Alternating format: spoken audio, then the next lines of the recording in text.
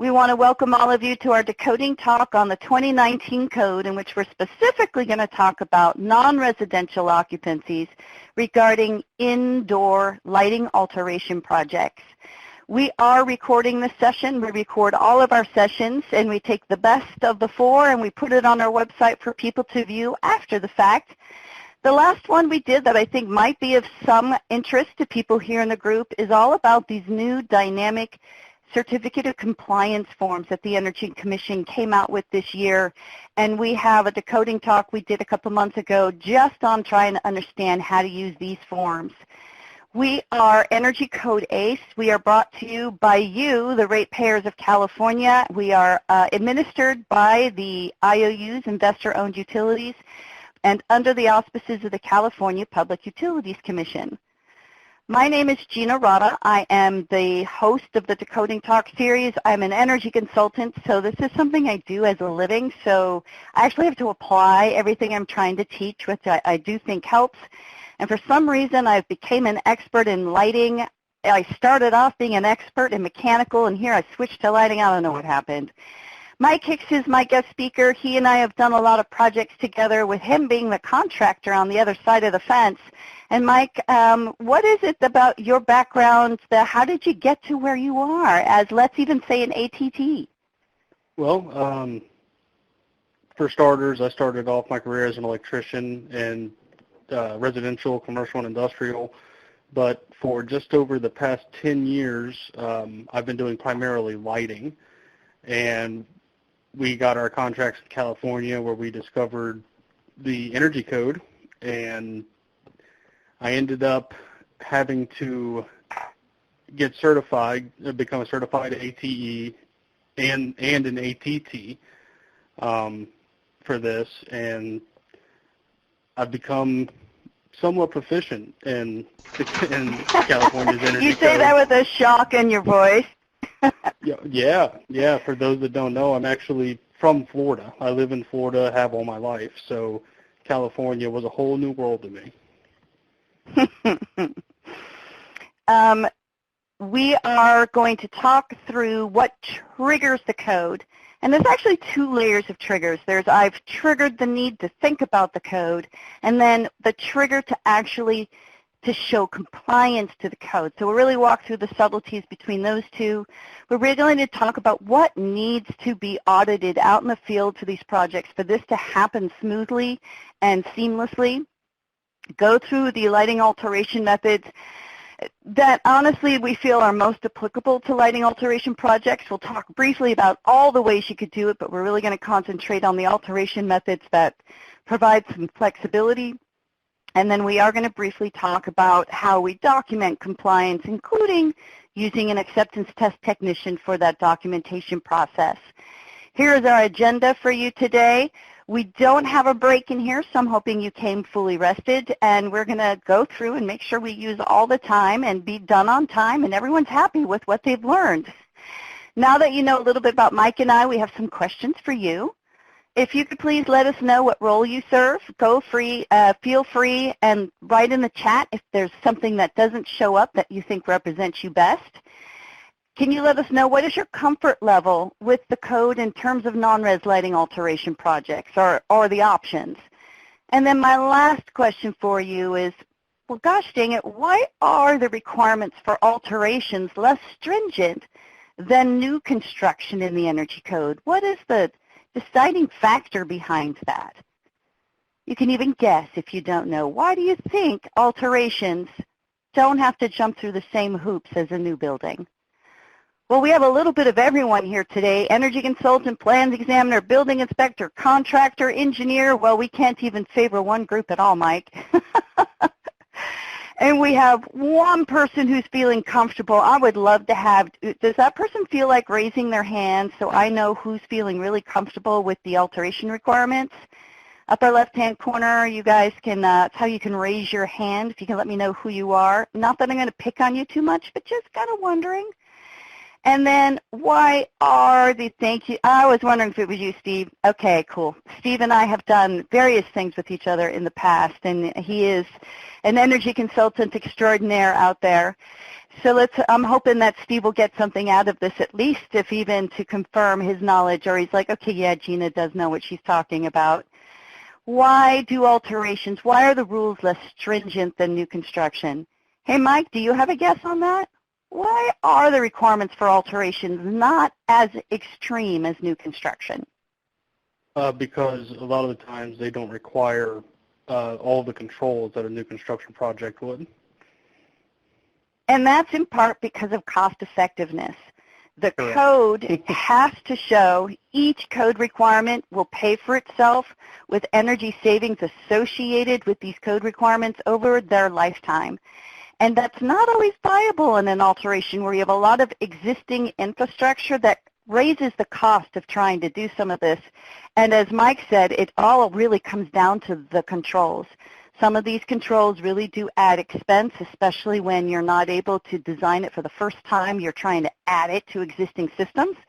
So we'll see there's a lot of flexibility about controls depending upon how you're saving the planet with reducing your energy use.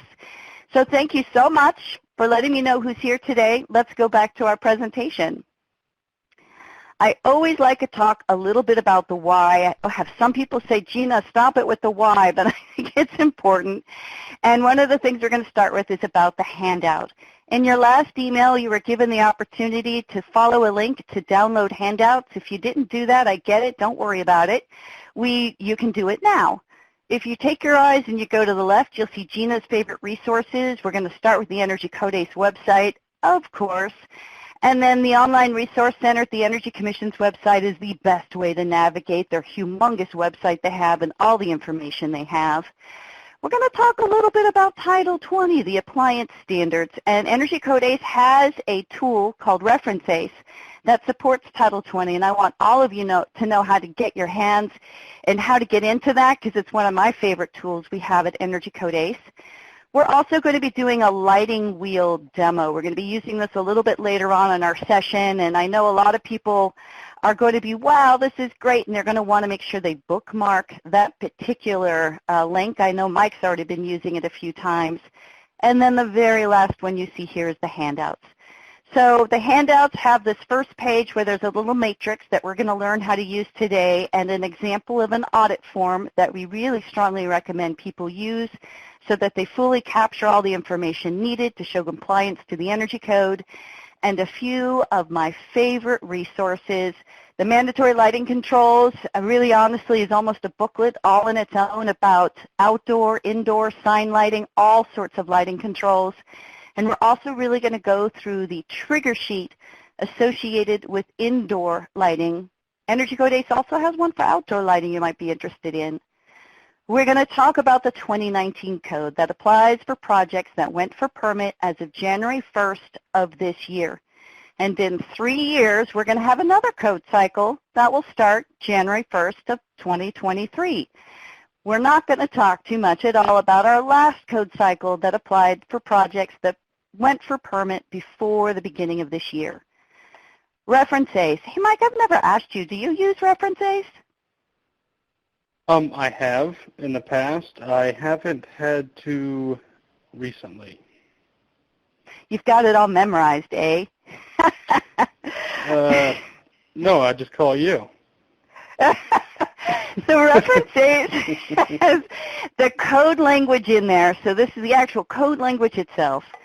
And also the manuals that are written to explain the code language. Those are beefy languages in themselves.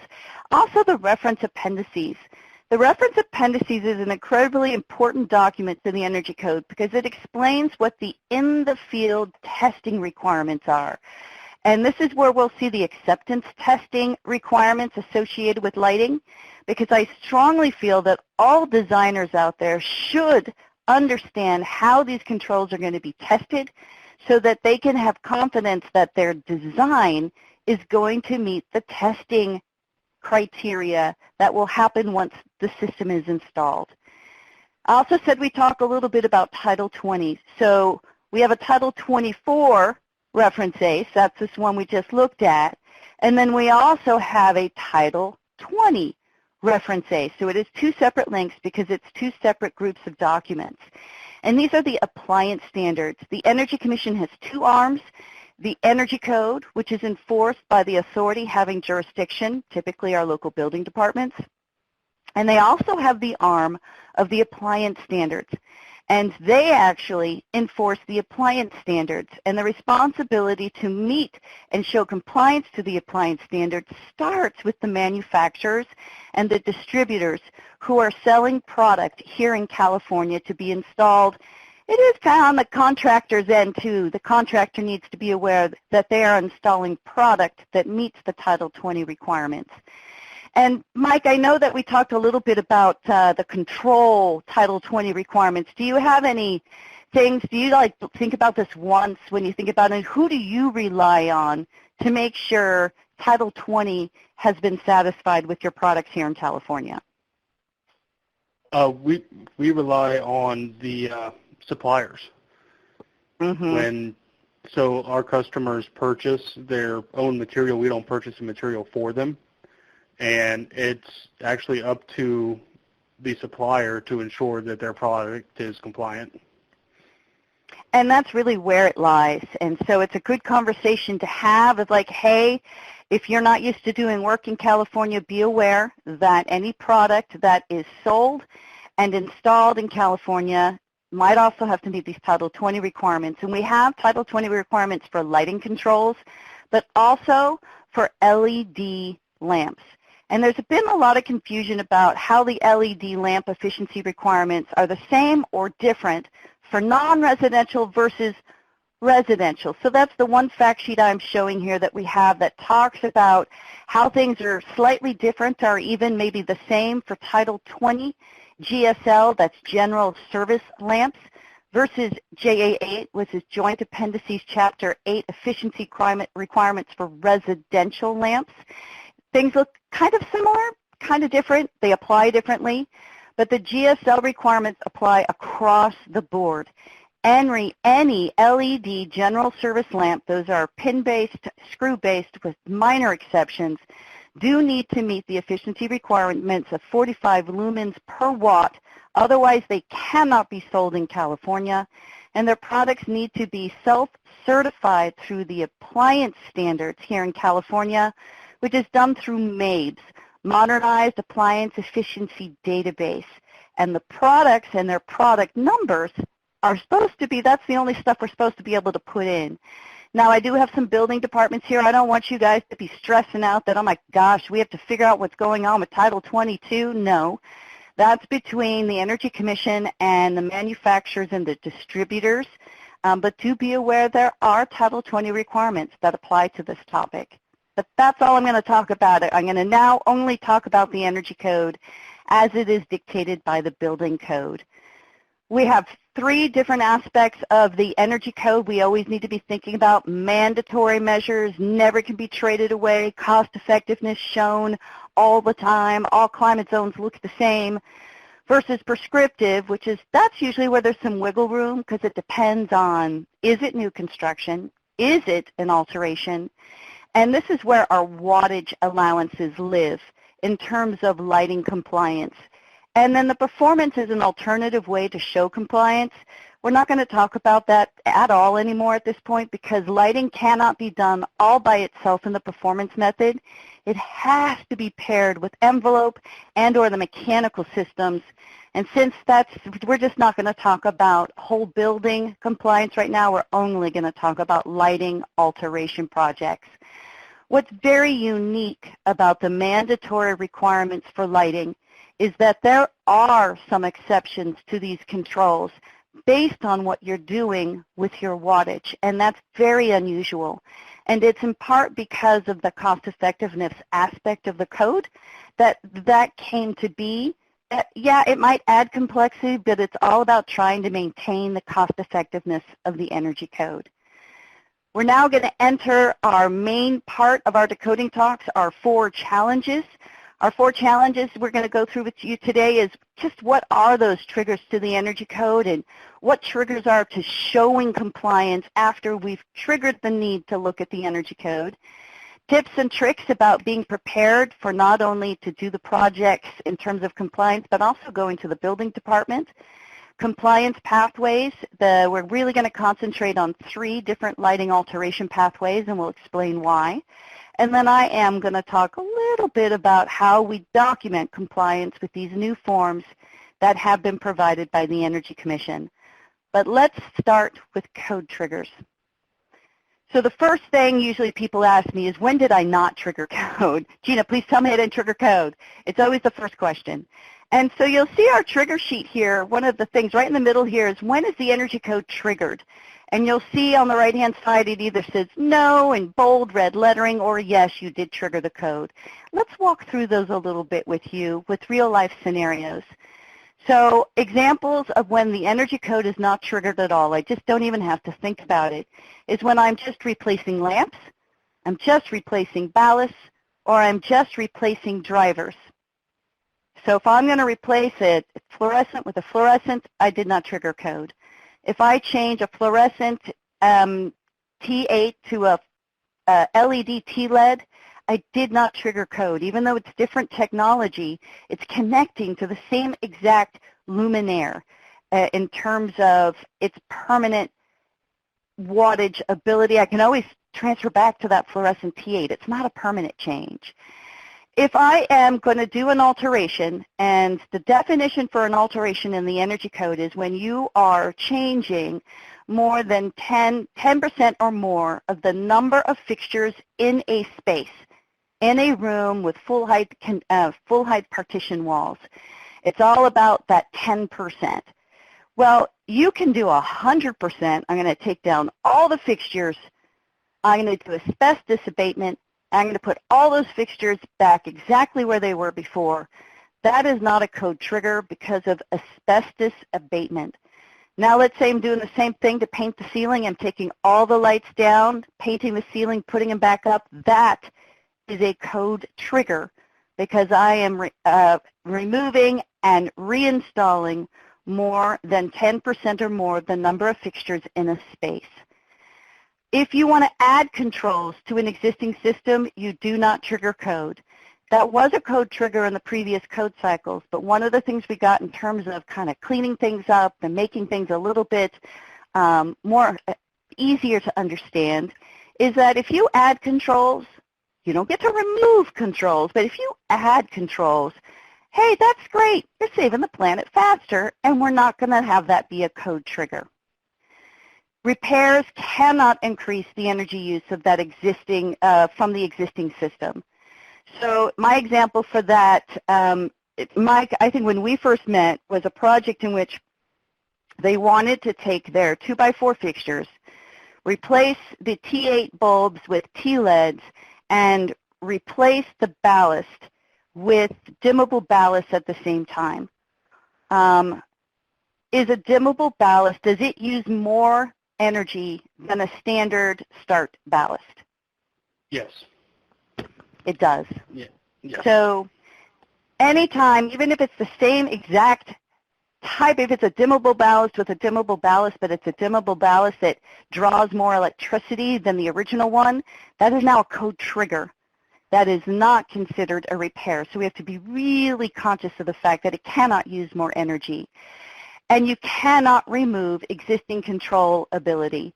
I had a project in which it was a bunch of stores all over the place. Some of them had skylights with daylighting controls. Some of them had skylights with no daylighting controls. And they're like, Gina, we want to make it the same. Every store have the same control scheme. So we want to get rid of the daylighting controls. And I had to say, no, that's not possible. You're not allowed to remove existing controllability. So in that particular scenario, they added daylighting controls to all those stores that didn't have them because that made them all equal. So here's that list on our trigger sheet of all those no's.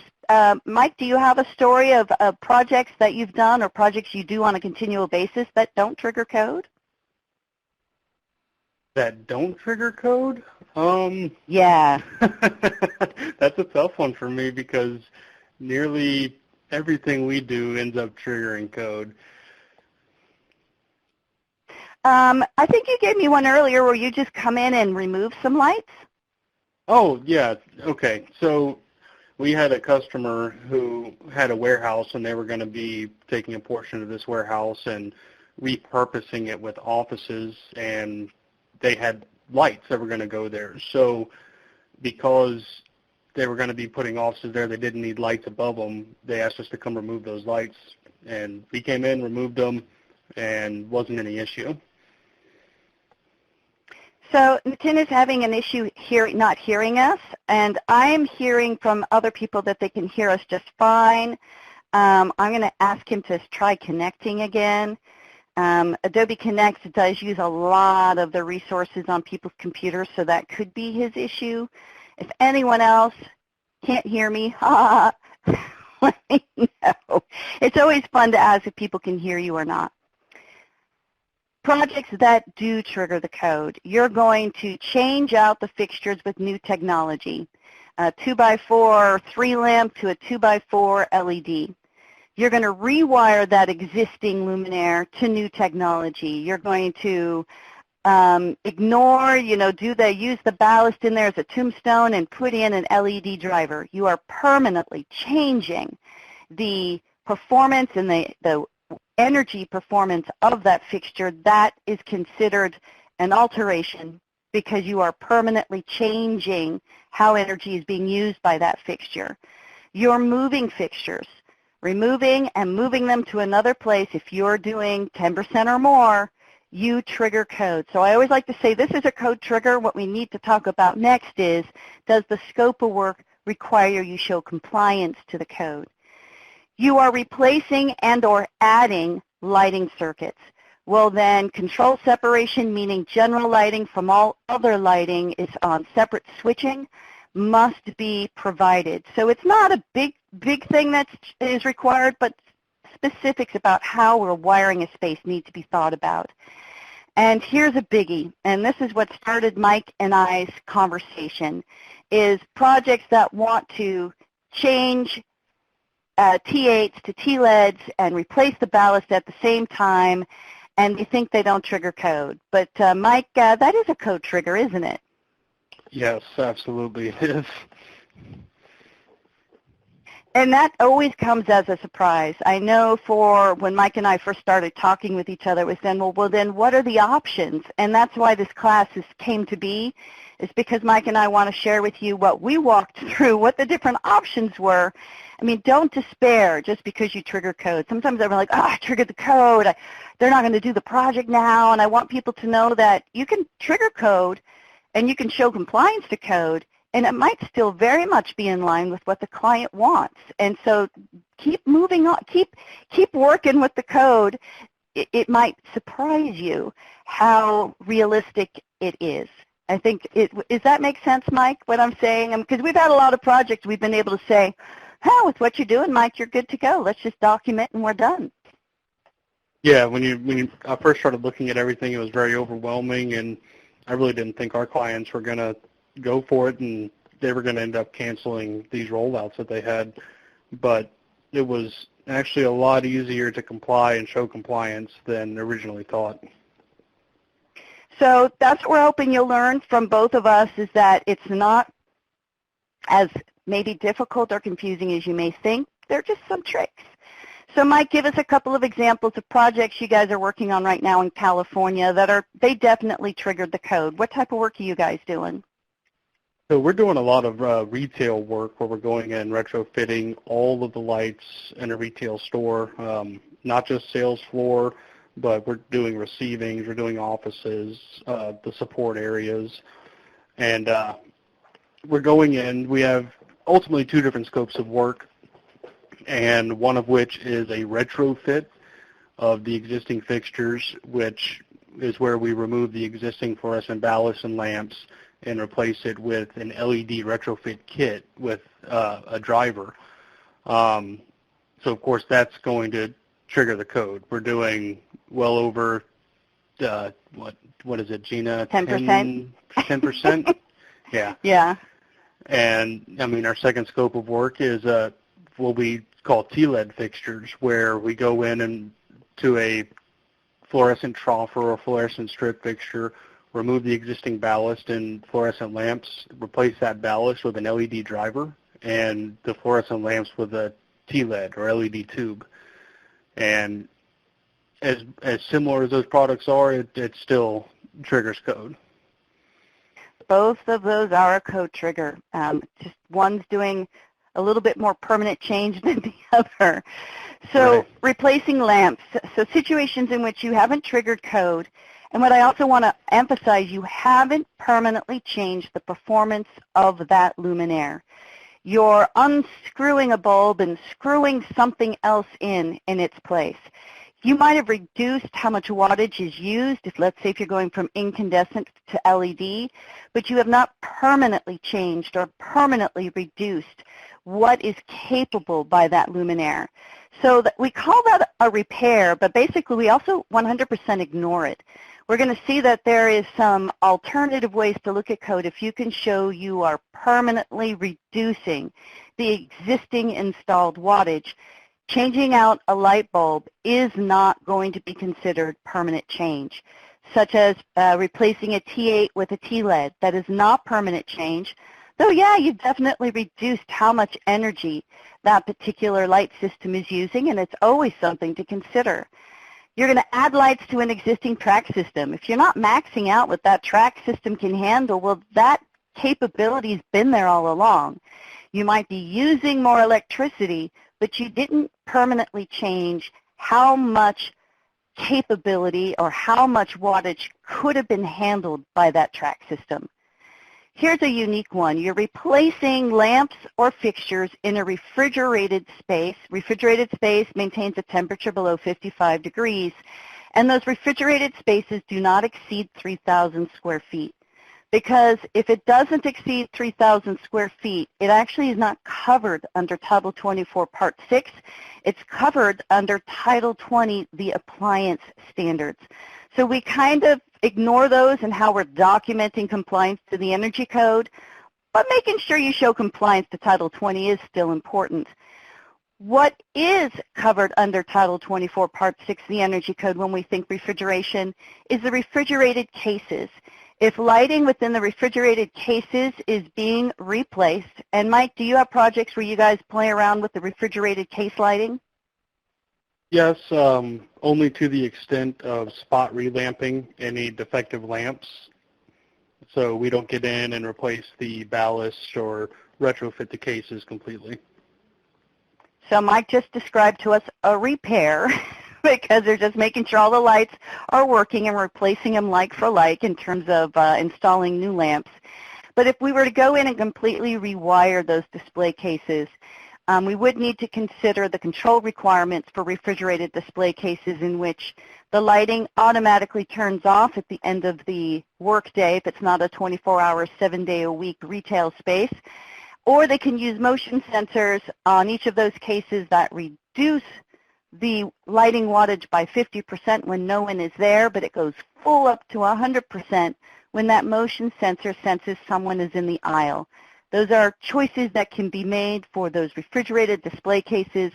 We're not looking at the wattage at all associated with those systems because that is not regulated by the Energy Code. For those refrigerated display cases, it's just about the lighting controls. So now that we talked about what is a code trigger and what is not, let's do a quick couple of check your understandings.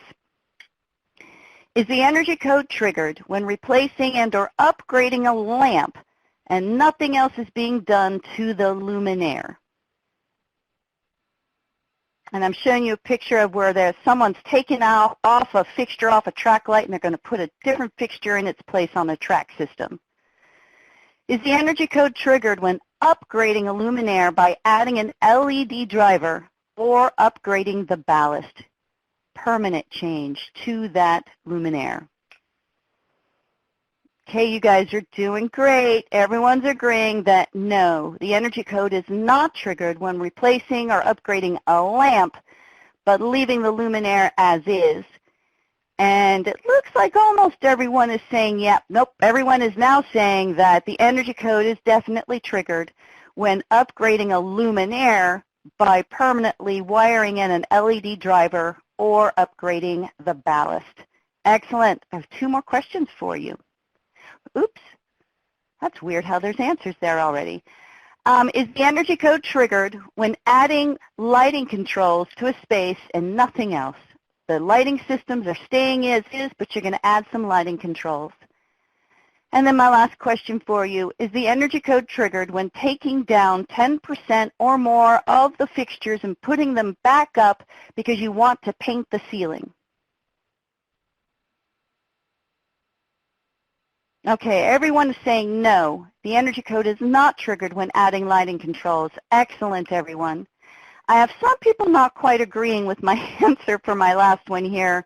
I have a couple of people saying no, the majority of you saying yes, that the energy code is triggered when taking down 10% or more of the luminaires in a space and putting them right back up again to paint the ceiling. That is a code trigger. When it's not a code trigger is if I'm doing it for asbestos abatement. That's the only time that would be exempt, because asbestos abatement is always encouraged in the state of California. Excellent, everyone. Let's go back to our presentation. Okay, let's talk about the compliance pathways available to us. And there's quite a few. We're going to talk about why we're only going to concentrate on a couple of them. This might be the time for you guys to pull out that handout that we gave you and go to the first page, because we're going to start using this matrix. I call it Gina's triage. And this is the decision tree I go through for every single project to figure out what's the best thing to do for the project and what are the questions and the conversations I need to have with the client for each project. So my first question is it a one-for-one retrofit project? And Mike, I mean, that's mostly what you guys do, isn't it? Do you guys just one-for-one replacement, or you guys also do where you totally redesign a space? That varies from customer to customer. The projects that you work mostly with us on is all one-for-one. We've had a few that we've sent you that we've actually redesigned the space. So when redesign happens, it's not considered a one-for-one anymore, and it is looked at as a lighting alteration versus one-for-one. And one-for-one allows you to think about an additional option, and here's that additional option. If it's one-for-one, I'm replacing or rewiring each fixture in the same exact place. I then ask myself, well, is that project in a building that's less than 5,000 square feet or less, or it's a tenant space in a multi-tenant building that the tenant space is 5,000 square feet or less? Because this is part of what's new for a filter to who can use the one-for-one method, which in the previous code cycle was called the reduced wattage method. They are limiting it to projects of a certain size. So if it is greater than this, then you don't get to use the one-for-one method, even if you're a one-for-one retrofit project.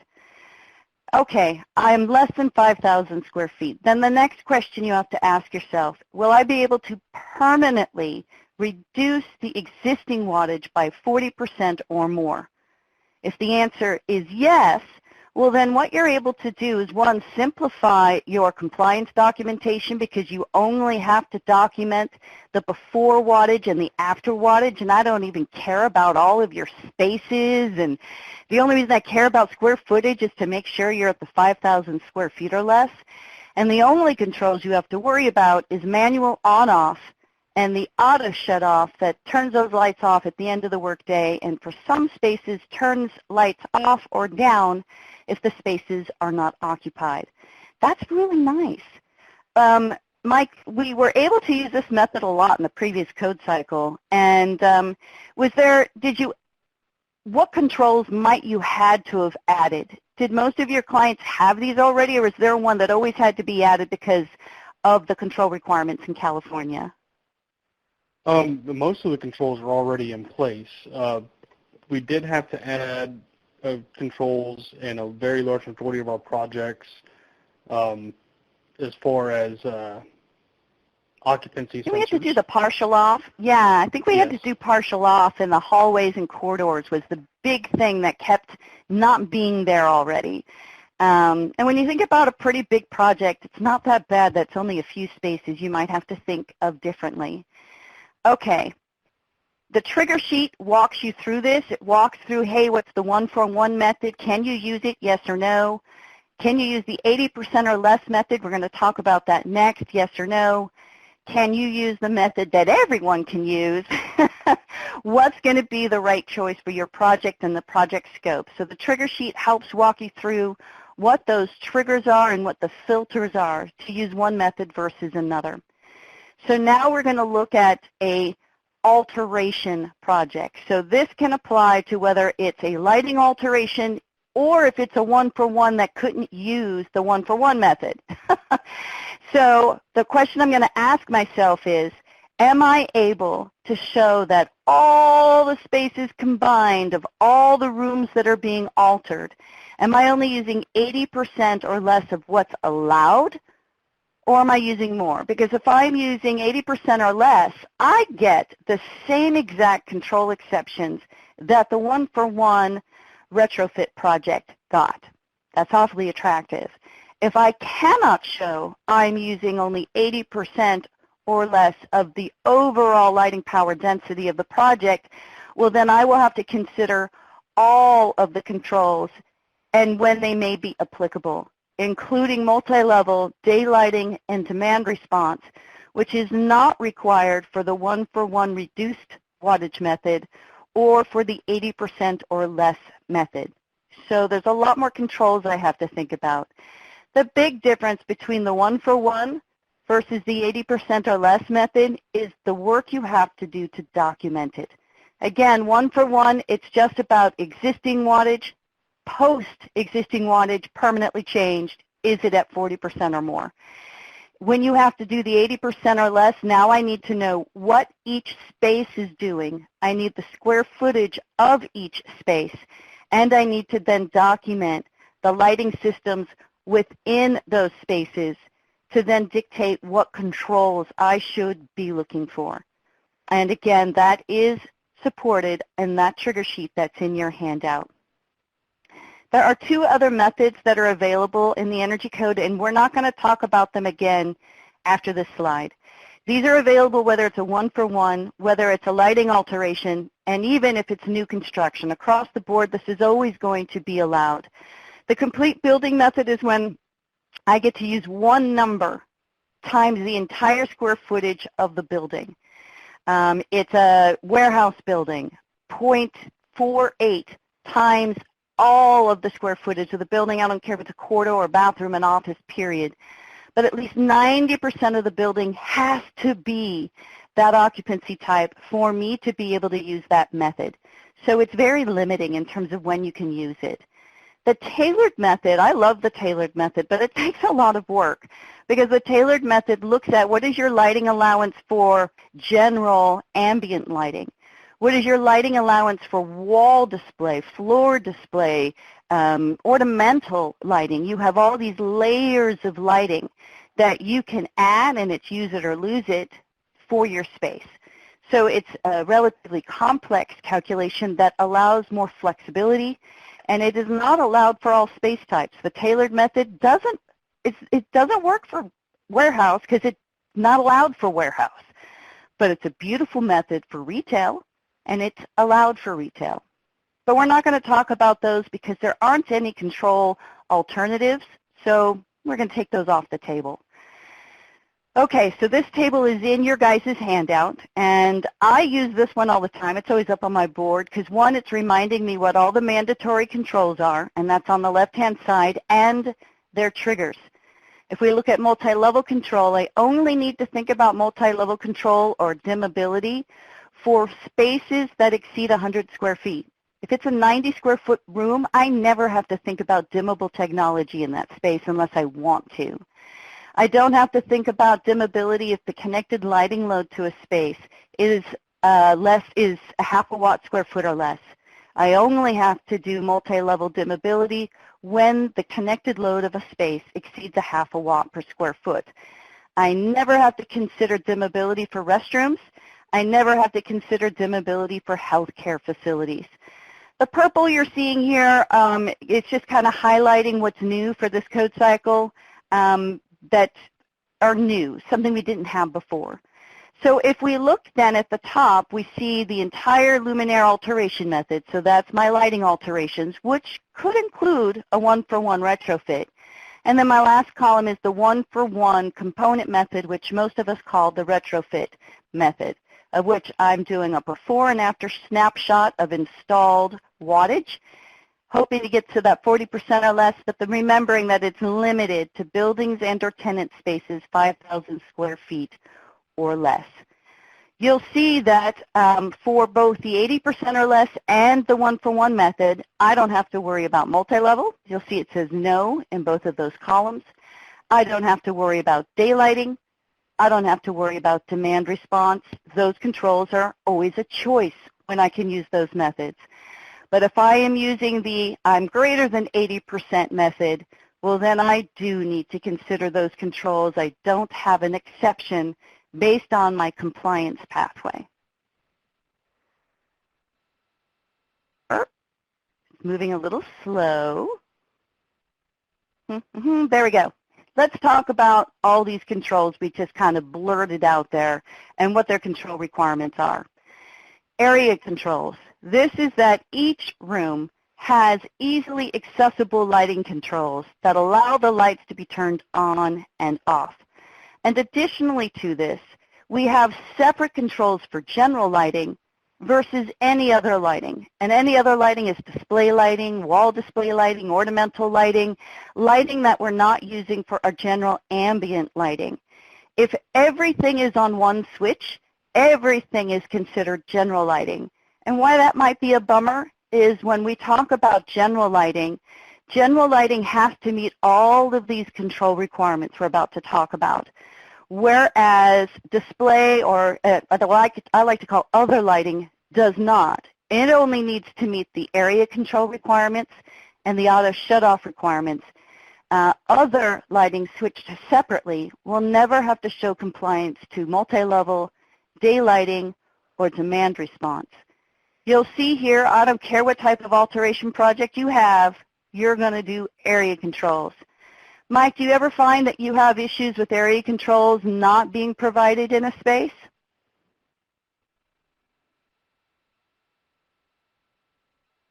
Oh, it looks like Mike just lost his internet.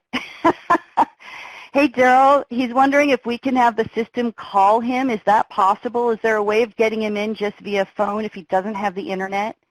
Is it too late to get him in? So I'm going to kind of like move along by myself and see if Daryl can help Mike get back in. But I know Mike has had some projects, especially like with warehouses and so forth, where sometimes those area controls are not easily accessible. But we'll take a look at that. Sometimes there's considerations about where the controls need to be and how accessible the controls need to be based on space type, and we're going to take a look at when that may be applicable. Here we have our multi-level controls, only required for spaces that exceed 100 square feet with a connected lighting load greater than a half a watt per square foot, and I have more than one fixture, or one fixture that has at least 3 lamps or more. And the reason that dives so deep there, because it's all based on the lighting technology. I like to just concentrate right at the top here on LED, because that's what I'm seeing happen all the time. LED luminaires have to be continuously dimming down to 10%, and this is supposed to be 100%, all the way up to 100%. It can dim all the way down to 0. That's a choice. That's not a code requirement, but it does need to be able to dim down to 10%. And this is each fixture, each luminaire. Previously, we had multi-level requirements that allowed alternate switching of lamps within a fixture, like we see here with the fluorescent options of a 4-step ballast. That's how we do a stepped multi-level in terms of having one lamp on versus another. But that's not something that we would see that is available in terms of an LED system. Hey, Mike, are you back with us? Yes, can you hear me? Yep, we can hear you. Oh, good. Sorry about that. That's okay. It happens. It totally happens. We have to worry about multi-level always for new construction and in an alteration project in which we weren't able to use the one-for-one reduced wattage method or the 80% or less method.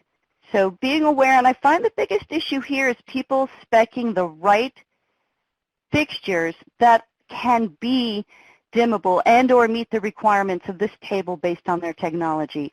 That ends up being my number one comment is, your guys' technology is not dimmable and you have triggered multi-level because all your rooms are over 100 square feet and all your rooms have more than a half a watt per square foot, and it's a discussion. Shut-off controls. There are so many layers to shut-off controls, and it's all about are the lights automatically turning off when people aren't there. Now, I do want to make sure I'm saying healthcare 100% is exempt everywhere to these shut-off control requirements. Health and safety takes precedence. We'll also see that shut-off controls are never going to be required for electrical rooms. So there are some areas in which, hey, it doesn't make sense at all to shut the lights off automatically. All the shut-off requirements in all their full glory are going to apply to any lighting alteration method you use across the board. But let's take a look at what the different layers are. It's an office building. Everyone goes home at 6 o'clock at night and no one comes in over the weekend. We want all those lights in this building to automatically turn off. I got to tell you, I took this picture from the hotel room across from this building in downtown San Francisco, and it's an office building. And yes, I was out partying a bit, and this was like 1 o'clock in the morning, and I know for a fact there weren't that many people at work. So it always kind of drives me nuts when I see buildings with lighting on 24 hours a day that I know aren't a 24-hour facility just because I know the energy savings we can have. Mike, what are your favorite control schemes that you utilize for automatic shutoff, for workday shutoff? So we primarily use an EMCS system, but we do have occupancy and vacancy sensors that we install as well. And your voice is getting disconnected. So again, I don't think I'm having issues with my phone line. Daryl's usually pretty good about telling me about that. You might be having some issues on your end, and you might be having some internet ups and downs going on. The best thing I can recommend is disconnecting your audio and connecting again. Daryl, is it my voice? Usually Daryl tells me when I'm being crackly. So there are different ways that you can utilize control schemes for making sure all the lights in the building turn off at the end of the workday, except for you're allowed to have 0.1 watts per square foot of that entire building that can stay on 24 hours a day, 7 days a week, as long as it's part of a designed egress design. I'm seeing here attempting to hang up user. Is what's going on, Daryl? Is the system trying to hang me up? Mike, can you hear me? Not that I know of. I don't see anything. Okay. That freaked me out for a moment. Okay. Designed egress, 0.1 watts per square foot. Sometimes I have people say, I want night lights. We want night lights on. Great. You can have 0.1 watts per square foot as part of a designed egress pathway, and that can also be then used for your night lights. But you don't get 50% of your lights on because you want to have 50% of them on. Unless you only have 0.2 watts per square foot designed, you get 0.1 watts per square foot. You don't have to have the end of the workday auto shut-off if you're a 24-hour, 7-day facility. So that's going to be an exception to that type of control scheme. Now, a lot of times the building's being occupied, but not all the spaces are being occupied. So here are space types within a building that on their own have to have shut-off capability. That's offices 250 square feet or less, multi-purpose rooms less than 1,000 square feet, classrooms, conference rooms, and restrooms of any size. Restrooms are brand new to this list. And there are many types of occupancy sensors out there, and I'm going to play with Mike here a little bit here, and we're going to play Name That Occupancy Sensor. Okay, Can you hear me? Mike. Yep, I can hear you. Let's play this game Okay. together. I walk in a room with an occupancy sensor, and what happens to the lights? They come on. They all come on, and they'll all turn off when no one's there. I have a room with partial on occupancy sensors. What happens to the lights? Only some of the lights or each individual light partially comes on. So only part of the lighting load turns on. I have to hit a switch for everything to turn on, but all of it will automatically turn off. I have a room with a vacancy sensor, occupancy sensor. What happens to the lights? Nothing when you walk into the room. You have to turn them Nothing's on going to happen. manually. You got to turn them on manually, but it will turn them off automatically. So there's different types of occupancy sensors, and these days, Mike, don't most occupancy sensors, can't they do all of that, and you just program them to be one way versus another? Yeah, you can, I believe. I haven't had to do much of that with our products, but yes, I believe that that option is available.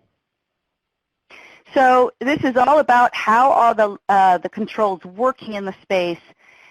If any of these small spaces or these classrooms, conference rooms, restrooms of any size, if multi-level controls are required, they cannot use an occupancy sensor. They have to choose between partial on or vacancy sensor. If multi-level is triggered, I'm going to test you here, Mike. Do you remember what the triggers are for multi-level? You would do that. I know I would. The room has to be at least 100 square feet or 100 square bigger. feet. Has to be over 100 square feet. And the lighting power density has to be over? Half a watt per square foot? Excellent. 0.8. Okay. So if I have triggered multi-level, the room is over 100 square feet, it's over a half a watt per square foot, I have to use partial on or vacancy. If it's smaller than 100 square feet, if it didn't have over a half a watt per square foot, then I can choose to use an occupancy sensor or a partial on or a vacancy sensor. This is to me the most confusing of all of our control requirements that we have. Okay, I'm going to make sure the lights in some of these spaces aren't on full 100% throughout the workday, that they're only at 100% when someone's there. They're reduced when no one's there.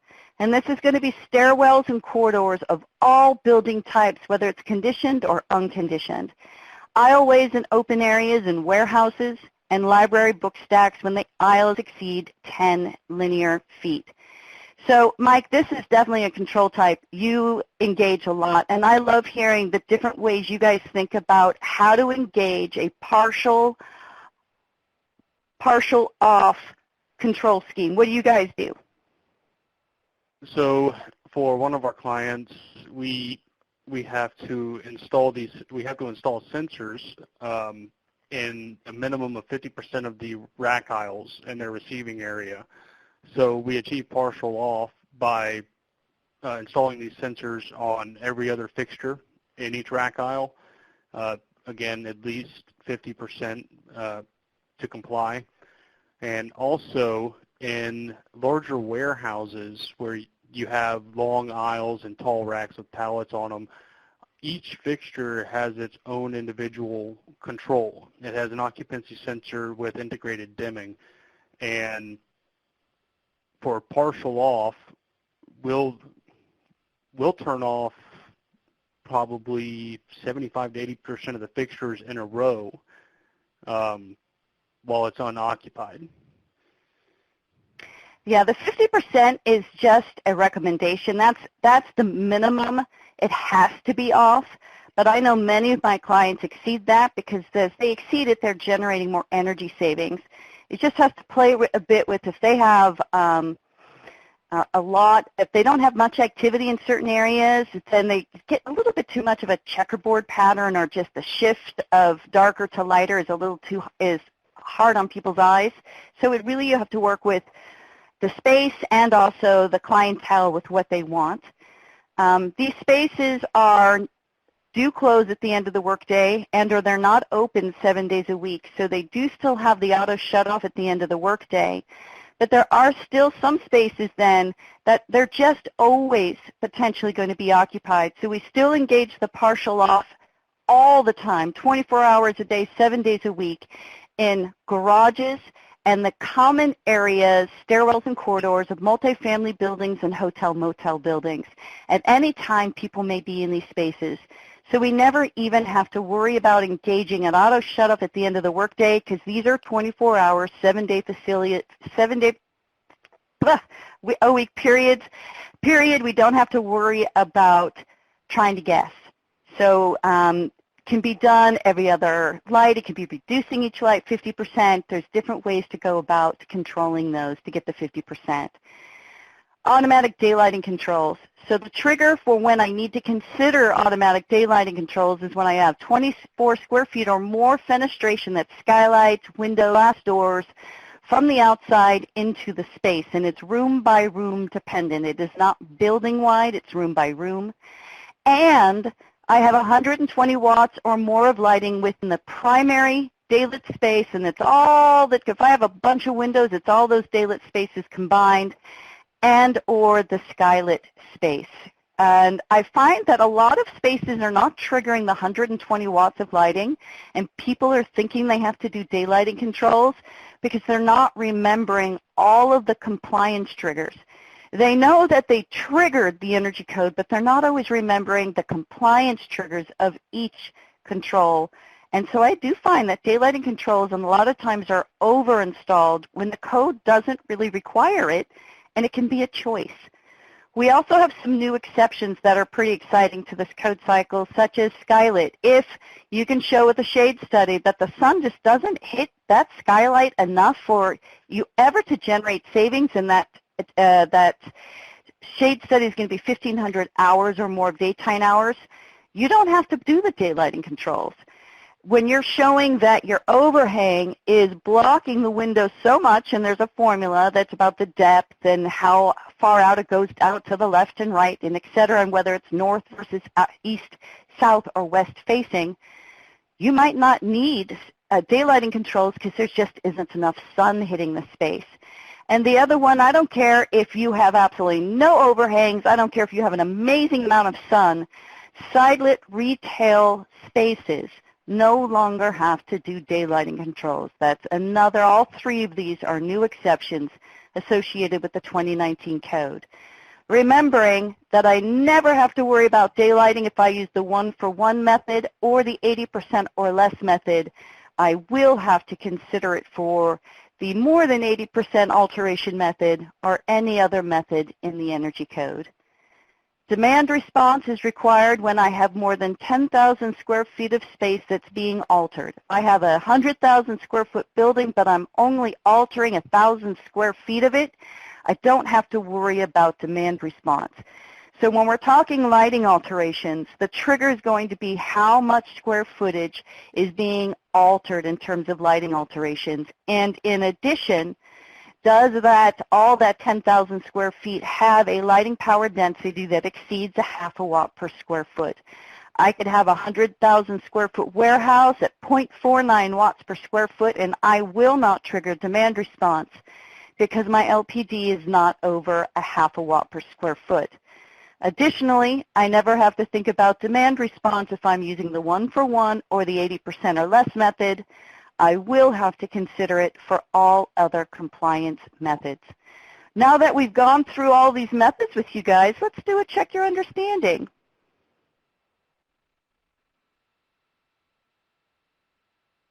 The afternoons are always so much fun. Things move a little slower.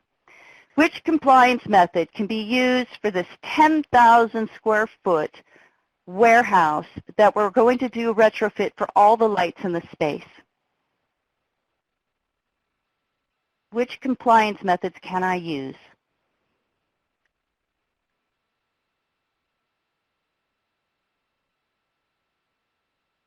And my second question, which method would you use if you don't want to do daylighting controls?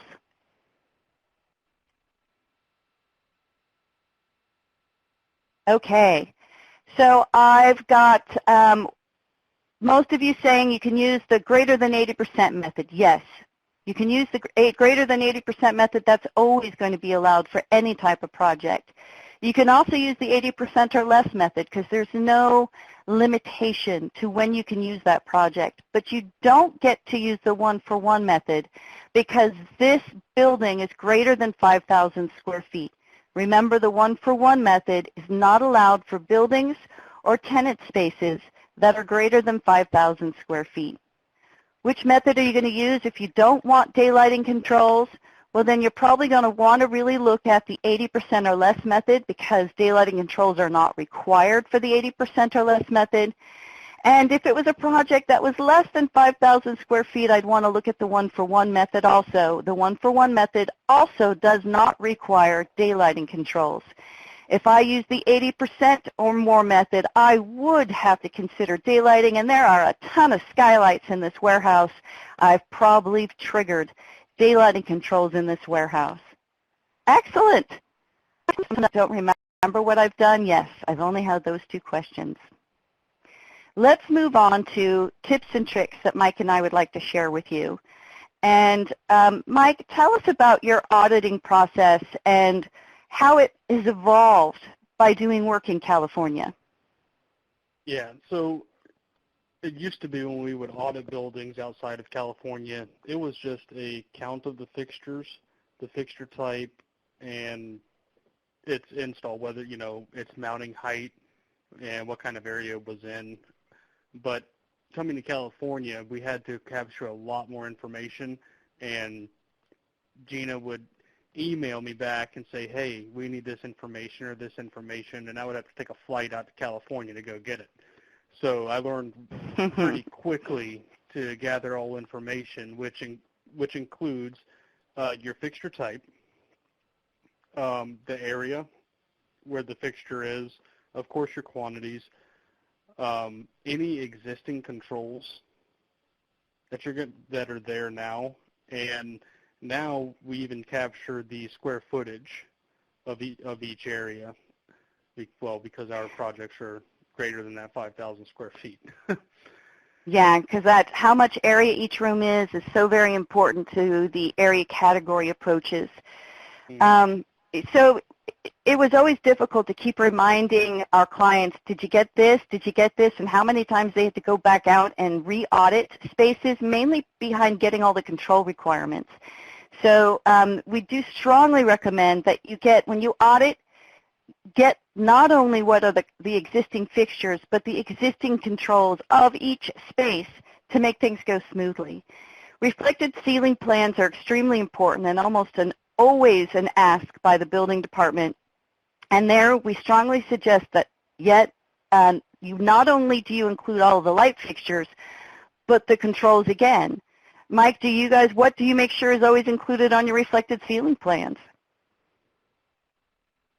Dimensions of each area, the square footage. And you also guys have done an amazing job of getting those controls in there also, right? Oh, yeah, I'm sorry. The MCS, the occupancy sensors, vacancy sensors, all of it. We go ahead, we put it on our reflected ceiling plans before we submit this audit to Gina and her team, and it'll come in handy later on, but we'll get into that subject here in a little bit. Then there's our compliance documentation. The new, for some reason it says LTO here. I just noticed that. The NRCC LTI, which is for indoor lighting. And your trick there, Mike, is about cut sheets. What is your advice about cut sheets? Get them. Just get them. For every bit of material that you're going to be installing on your project, because Gina and her team, they have to document the listed wattage of each one of these fixtures. And you can tell her what it is, but it's not documented at that point. So get her the cut sheets, or have the cut sheets on hand, and it'll make your life a lot easier, not only with Gina but with your building departments as well. Yeah, we had a building department plans examiner on our previous session who said, I don't get cut sheets that often, but I ask for them a lot because just not even understanding how the heck they're coming up with these wattages. How did you even get this? So another thing that might be outside of people's normal comfort range is all about cut sheets of the fixtures, existing and new, and the controls. And then we have documentation that happens out in the field, our installation form between the contractor and the building owner, and acceptance testing.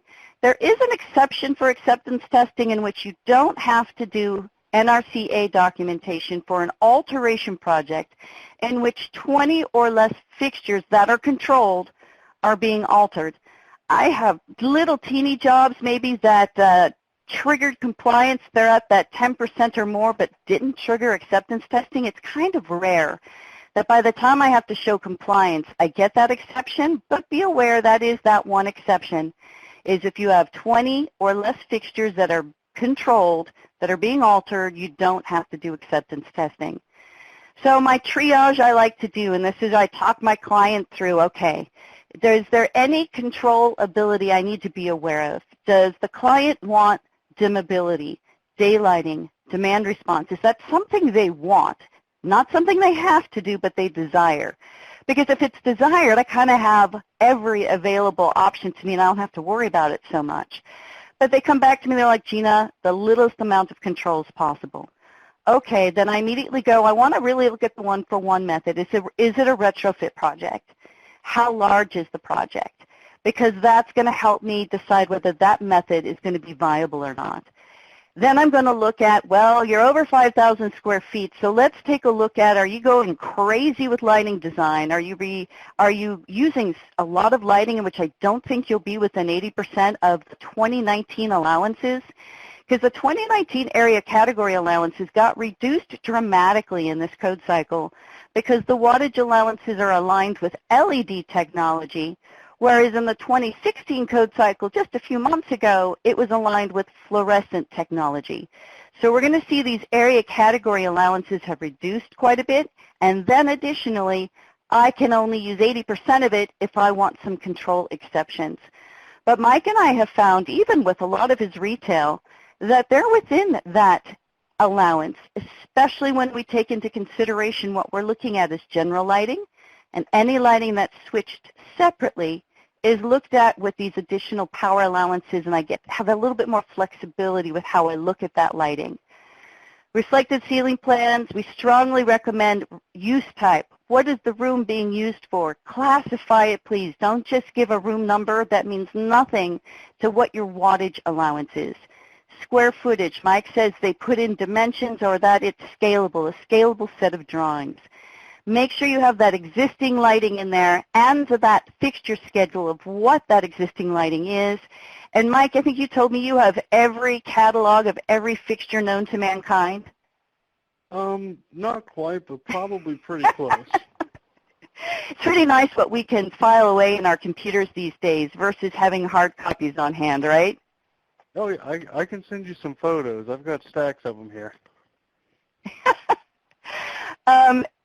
If you're going to be changing that reflected ceiling plan at all, make sure that's clearly reflected.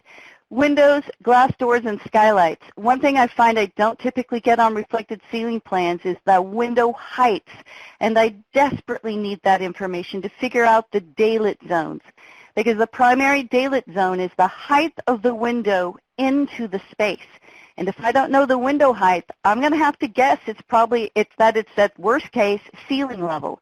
And that might mean you're triggering that 120 watts of lighting a lot more often than you want to. And making sure those existing lighting controls are included, it makes everything go easier. Let's talk about the lighting controls. I need to know about where the manual on-off controls are, and if they're not in the space, where are they? And I need to know if they're accessible or not. I need to know about dimmers and dimmability. Even let me know about A/B switching if that's going on. Occupancy sensors, all the different types of occupancy sensors. What type is it? And what fixtures is that sensor controlling in the space?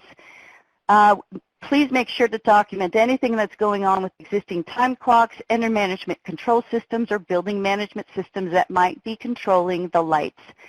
Daylighting controls, I want to know all about what's there already and which lights in the space that are being controlled with those sensors, and anything that might be happening with demand response. Okay, flexibility. Now, some spaces don't have to have the manual on-off switch in the space.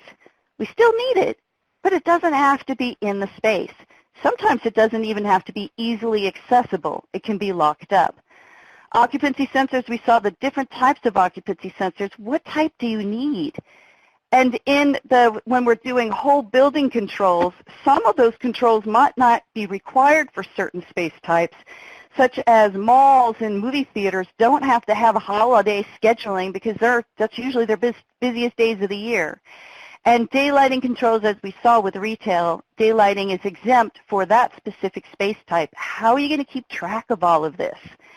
Well, make sure you're auditing accurately. So we gave you in your handout a copy of an audit form that's part of a tool that here at Energy Code ACE we're in the process of developing, and we're giving it to you for free, early, even though everything else at Energy Code ACE is free, because we need to make sure that you're identifying the space.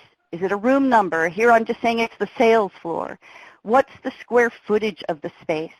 I really need to know what's going on in the space. With this particular audit form, we're helping you with what are all these spaces called in the energy code. So when we get back to the office, we understand what the wattage allowances are a lot easier. Sometimes it's hard to interpret what you call the space and what the energy code calls a space. We want to know about fenestration the minute you have more than 24 square feet of it. We're then saying with this audit form, you have to start sketching things out. Start sketching out which of the fixtures in the space are controlled with those daylighting controls. How close are they to the window? On-off, auto shut-off, multi-level, general lighting versus other.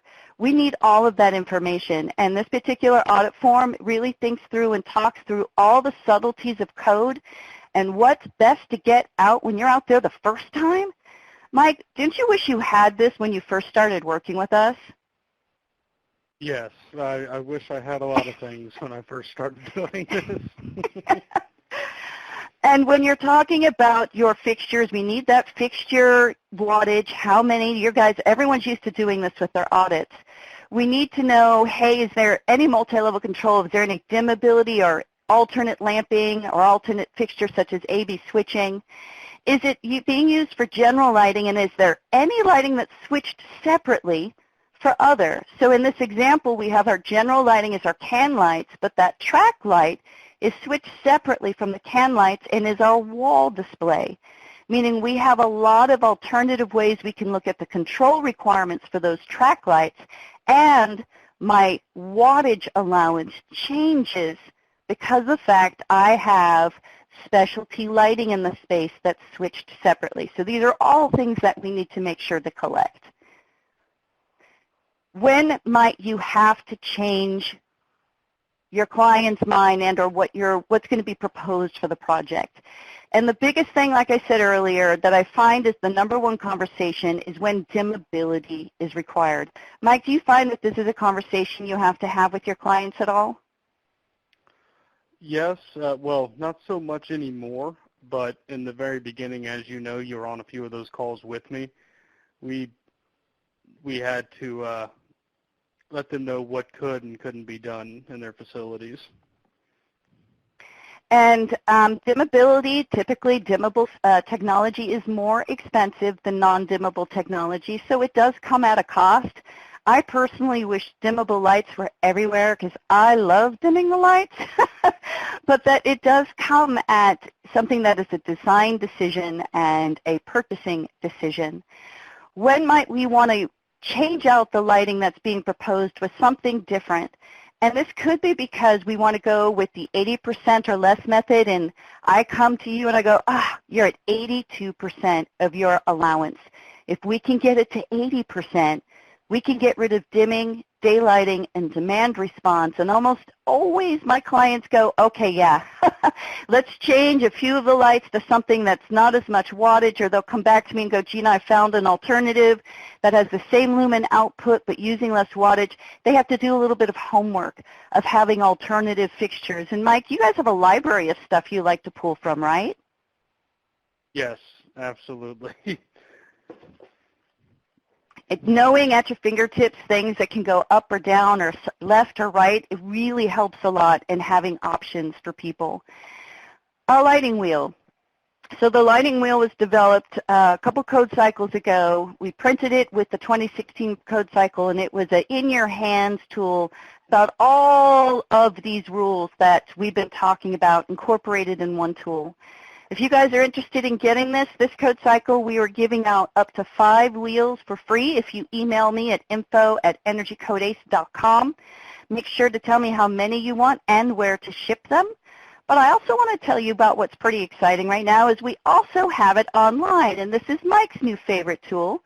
And I'm going to go ahead and have Daryl put this link into the chat because I'd like everyone to go to this link. I'm hoping all of you have screen space to open up a separate that's when you hit this, it'll open up a separate browser. And then when you see the play button, I want you to hit the play button, and let's play together. So you guys now have the online lighting wheel. And you might want to save this link if you want to get to it after today, because it will be available for free for everyone as much as you'd like to use it. But let's walk through what the lighting wheel has together. Well, the very colorful part of the wheel are all of these mandatory controls, the manual controls, the area, the wattage allowances, multi-level control, the auto shutoff, daylighting controls, and also then those demand response controls. All of these are supported in the lighting wheel. This additional lighting power, that's all about that lighting that's switched separately, that I might have some additional wattage associated with it. And these are done with little footnotes. So here I'm seeing an electrical mechanical telephone room. I see this little footnote 2. That is detailed task work if I have additional lighting in those spaces switched separately from my general lighting. I get an additional 0.2 watts per square foot for that lighting system within the space. It's not a lot, but sometimes if that really is something that's being engaged, if it's all on one switch, no, you can't do it. It does have to be something that's switched separately. We're going to flip to the other side of the wheel, so I'd love all of you to go to the upper left-hand corner of your browser, and you'll see it says Room Types A through K, Flip Wheel for L through Z. So now you have flipped the wheel, and you see our legend. And the legend is just to help remind people what some of these symbols and various things that are on this wheel and what they mean and how we're trying to do things. And then we also have the triggers, such as multi-level. That trigger is when the space is 100 square feet or more, greater than a half a watt per square foot. And you're like, but Gina, I can't read this upside down. I can't read it. You can go to the lower left-hand corner, and you'll see a rotate top wheel. All of a sudden, then it rotates it so that you don't have to read upside down, and you can easily read those triggers that are associated with each of these controls. Go ahead and hit that button again, rotate top wheel. So now we can start looking together at what are the different space types. So if let's all turn to parking garage. Click on the right-hand side. You'll see the space types are alphabetical, and go to parking garage. And we're all looking at the same thing then. And on the left-hand side of the wheel, you'll see 100%. 100% is what we'll always use for new construction. You never, ever get to use the other side of this pie piece for new construction, or when you're doing an alteration project when you're using more than 80% of your allowance. Alteration projects can use the 80-40% side of the pie piece. This is when you're successfully using 80% of your area category allowance. In fact, the lighting wheel does the math for you. And right here I could see for a parking space, then that's a 0.08 watts per square foot versus the 0.1 watts per square foot if I was doing 100% versus 80%, or the reduced wattage method, okay? And what you'll see is down below, you'll see these boxes, and some of the boxes have checkbox in them, and some of them don't. So some people, I guess, are having problems accessing this. Daryl, were you having problems accessing this? I'm doing it along with myself. I just wanted to make sure it was working for everybody. It's working fine for me. Yeah, it's working fine for me too. So Steve, you might have some bandwidth issues, so save this, save the link for after we're together today, and try it when you're off of Adobe Connect, and hopefully you'll find some use for it after today. But you'll notice that there's some boxes that don't have X's in them. And that means that it reminds you those lighting controls are not required if you are successfully using the 80% or less method or the 40% reduced wattage method. It's also helping us with control considerations. So we see here under manual area control, it says the control can be inaccessible to unauthorized personnel. I still need the manual area control, but I can have it where it's under a lockbox, or they have to use a special key to turn the lights on or off, because we don't want to have the public have the freedom of turning lights off in a parking garage. We see under auto shut-off, it's reminding us that for parking garages, you need to engage in a partial off control scheme in which the lights are reduced to 50% or more when no one's there, up to 100% when people are, and that you have to gang 500 watts of lighting together with one control. And this is to have it where not an entire parking garage floor would hopefully potentially be reduced versus up full. It would be like a checkerboard where you'd see people coming towards you as the lights are going up. So be aware that all of that and all those control considerations are supported within the lighting wheel to help remind you the intricacies of code, and that we would love to send these to you as a paper format if you so desire. Let's do a check your understanding on some of these tips and tricks. And feel free, if you are able to use the lighting wheel, you can go ahead and leave that open. And we want you to find warehouse. Now, this is a little tricky because you have to go to commercial storage. So we're going to flip the wheel back to A through K because it starts with a C, and we go to commercial industrial storage. Is there any control, flexibility, or considerations we need to be aware of for manual area controls in a warehouse? For those of you who are not using the lighting wheel, you're going to have to use your knowledge. Steve, I know you probably know this without using my lighting wheel. Are there any control considerations or flexibility about how we deal with that control in a warehouse? Yes or no?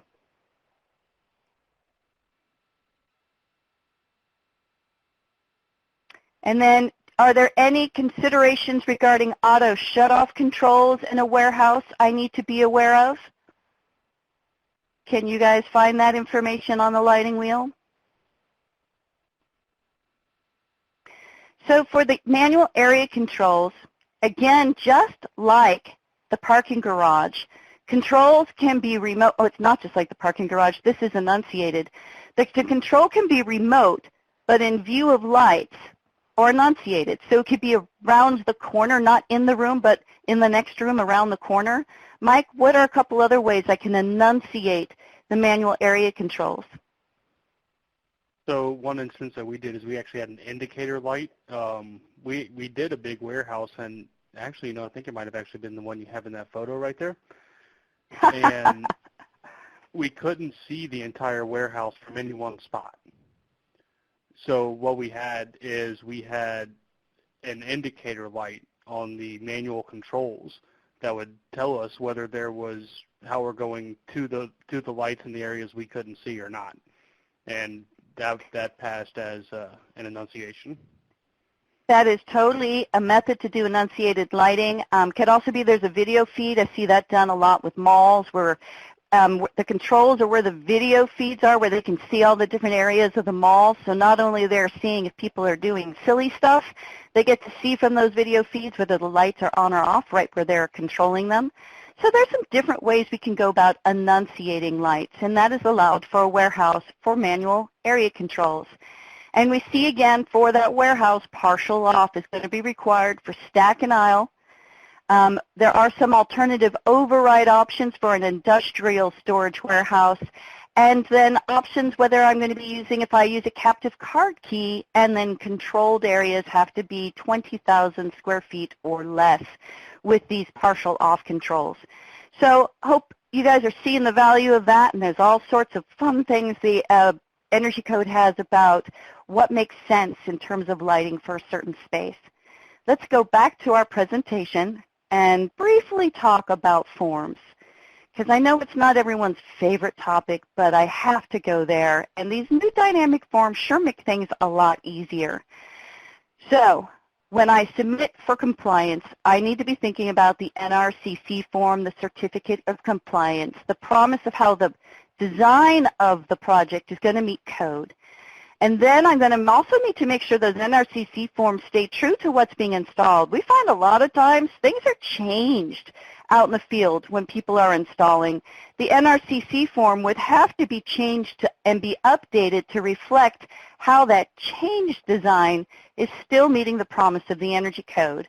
But now we also start having the installation forms by the contractor and that acceptance testing going on. So these are all the new forms the Energy Commission has put out regarding NRCC forms. We still do have the NRCC per form when using the performance method. That hasn't changed, so it's not on the list here. But last code cycle, we had 6 different indoor lighting forms to choose from and use the ones that made the most sense to the project. And it could be really confusing. So what they've done with this code cycle is there's just one form for each building feature, one form for indoor lighting, one form for outdoor lighting, etc. And what's unique about these forms is the forms incorporate all the requirements under the hood. You can get these forms through the Energy Commission's website, and they're going to give you a link to the Energy Code ACE website. The forms, yes, are 100% supported and provided by the Energy Commission. It's just right now they can't house the forms on their website, and they are housed on the Energy Code ACE website. But you can always start there, and it's going to tag you over to the Energy Code ACE website. And you can also fill out these forms through Energy Pro, and Energy Pro will fill out these forms and have them all set for you also. When you talk about Energy Code ACE, there's 2 different ways you can do it. So you're going to go to Tools ACE, and you're going to go to Forms ACE. And here within Forms ACE, we have Forms ACE, or we have this where it says Complete Residential or Complete Non-Residential Forms, and I don't know where is my arrow. So if you want to actually download the forms, we're going to go click here to access those official forms. I want to talk briefly about the Forms ACE. So the Forms ACE is going to walk you through the project parameters as is needed to document code. It's going to tell you whether you're doing good or not. Yay, your lighting power density is perfect. Oh, we need to think about controls. You're not quite doing controls the way you want. It's basically an online energy consultant helping you figure out how to show compliance prescriptively. And then it will fill out the forms if your design meets the prescriptive requirements. So that is another way you can go about filling out these forms. But I'm going to show you going about filling them out by downloading them and using them as downloadable forms and not through Forms ACE. So this is where all the forms live, this installation, acceptance, and there are no verification forms to lighting, which is why I'm ignoring those. Now, certain browsers do not like these forms. And if you get this signal saying, please wait, don't wait, because you'll be waiting forever. What you're going to do is download the forms to your computer, dictate where they're going to be downloaded to, and open them from there. Some browsers do not like to open up these forms automatically. I also want to let you guys know that there is some known issues when you use any other PDF software other than Adobe Acrobat Reader. Adobe Acrobat Reader is free. And we even then suggest that you use the 2017 version. Yes, it's a few versions old, but it works quite well with these forms. software, PDF software such as Bluebeam, Adobe DC, Acrobat DC do not work well with these forms. They don't function as well as they should. A lot of the smartness behind the forms gets a little dumb. So the certificate of compliance forms, again, are what we're providing when we go for permit. And Mike, you have your tip here is always come with how many copies to the building department? 3 copies. Always use 3 copies of your drawings, and as Gina stated, get your reflected ceiling plan, all of your compliance documents, and cut sheets. It saved me a lot of time going back and forth to building departments. So we have heard that not all building departments enforce the building code equally. And Mike's trick is he's found, I think you said that you base all of your permit packages on the building department that asks for the most. Is that right? Yes, that's correct. I've had a few that asked for much more than what was required, and even some things that didn't exist. but well, I won't get into that. But the things that I listed out right there, those are what I generally turn in as a standard drawing package in every city from Calexico to Crescent City. So we're going to go about using this audit form that we used for this particular project. We've got it all filled out. Now let's look at what it looks like in terms of compliance. So I'm going to do my little triage. Is it a retrofit project? Yes, it is 1-for-1. Does the project exceed 5,000 square feet in terms of building or tenant size? No, it doesn't. So I get to use the 1-for-1 method as long as I can show I've reduced the existing wattage permanently by 40%. And in fact, I've done it by 55%, so I'm great. And do I need any new lighting controls? No, because my audit included auditing what the controls were. They already had in place manual on-off controls. And I even indicated, hey, yeah, and the ones, they're in the back room, but, you know, that's going to be okay because retail is allowed to be enunciated. And they're using a time clock already for shutoff, so I don't need any new controls. This project happened quite smoothly. So let's document this beautiful project. So here we've got my NRCC LTI form. And the most important table, I got to tell you guys, is Table B. It's the backbone to these forms, and this is where we put in our project scope. So here I'm indicating it's an altered lighting system. It is not new. And I am doing a pull-down menu, and I'm going to grab the rated power reduction method, that 40% reduced wattage method. Here I have where it's giving me my compliance results. If it's grayed out, that means the form says, hey, these cells just don't apply at all. It's not applicable to this project. I actually have to go to the next page to see what the compliance document, the compliance statement is from the form. And it is saying that you're using the rated power reduction method, and it complies. I still need to make sure my building departments verify what they're promising in this form is true. But the form is doing all of the code compliance work under the hood. Table D is important because it tells us if changes have happened within the form or if there's problems with the form. Hey, they haven't filled out this table completely. We get that type of guidance in this. And it's saying here, Table U, there have been changes by the permit applicant. See Table E about what the heck is going on. And here I wrote a statement saying ATT acceptance testing is not required because we have less than 20 controlled fixtures being altered. So what I changed is I said, hey, I don't need any NRCA forms back here in Table U that I need to then document. Anything that does not apply to the project scope is automatically zipped up by the form with a note saying this section does not apply. And we're going to go straight to Table Q. Remember it said Table Q is what's being used for that rated power reduction. There is a statement here that I have to say yes to, of which I am promising this project has a building or tenant space that's 5,000 square feet or less, because remember, if it's over that, I'm not allowed to use this anymore. So this form is saying, please, please, please make sure you really understood what the limitation was. Then it's asking about the pre-existing luminaire wattage. So what was it? What was the existing wattage? And how many? So then what are you replacing it with? How are you altering it? And is your pre-existing wattage at least 40% or less than what you are permanently changing it to? So this is how it's figuring out whether we're in compliance or not. And then here's my control table.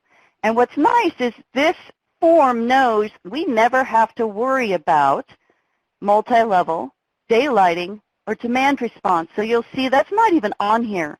The only thing it's asking about is the area control and the shutoff controls, because those are the only two controls that are required by the energy code. We do have some that control flexibility, such as retail manual area is allowed to be enunciated, and we can choose that as what we're doing for the space, and that we're using a time clock or time switch for our auto shutoff. Then the NRCI form is actually auto-populated. It's saying you're going to need this because guess what? All lighting projects are going to need the NRCI LTI-01 form between the contractor and the building owner, and that there are no acceptance testing. It actually said there was because it doesn't know I only have 20 fixtures or less. I moved it, which is why that table way back in the beginning said, hey, there was a change in table U. And then I have signatures. I am the documentation author. I'm a non-liability signature. I'm just saying I used what was given to me and I used it correctly to fill out this form. The responsible person, this is the liability signature, is as dictated by the Business and Professions Code, Division 3, which for these type of projects is a licensed contractor, a licensed engineer, or a licensed architect. Mike, do you sign off on these forms? Yes, yeah, we have our C10 license, so we're able to sign off on those. So Mike, being a licensed contractor here in California, is going to be that person who signs off on the install on the project. Now let's look at if we use the 80% method. So this is where the lighting wheel can be very useful, because the first question I have to ask myself is, well, what is the wattage allowance for the space?